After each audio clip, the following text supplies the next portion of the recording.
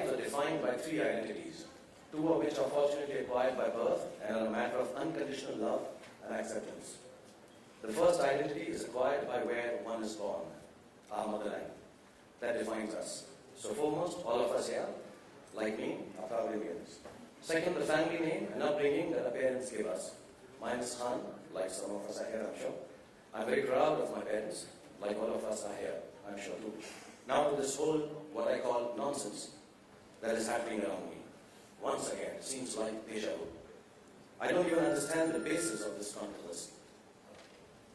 Ironically, the article that I wrote, yes, it's written by me, was actually meant to reiterate that on some occasions, my being an Indian Muslim film star is misused by bigots and narrow-minded people who have misplaced religious ideologies for very, very small gains. And ironically, the same has happened through this article, once again. The reason for this primarily is, I think some of the people have not even read it and are reacting to comments of people who in turn have also not read it. So I implore you all first to read it, and there will be a copy attached to the statement. Also, some of the views that I have been made to read are just an extension of soft targeting celebs and creating an atmosphere of emotional outbursts and divisiveness based on religion in the minds of some.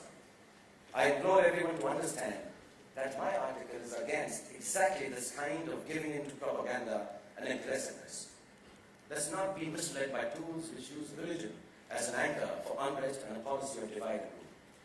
I would also like to add here that my profession as an actor makes me liked beyond the borders of my nation and culture.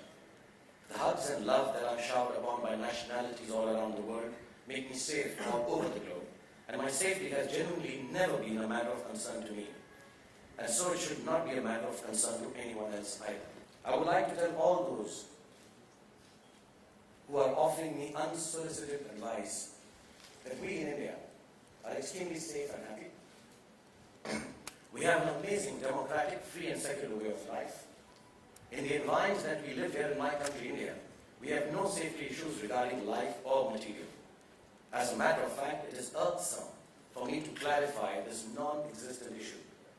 With respect, I would like to say to anyone who is interpreting my views and offering advice regarding them, please read what I have written first. 24 hours of unrequired controversy is more than enough for all of us, I assume.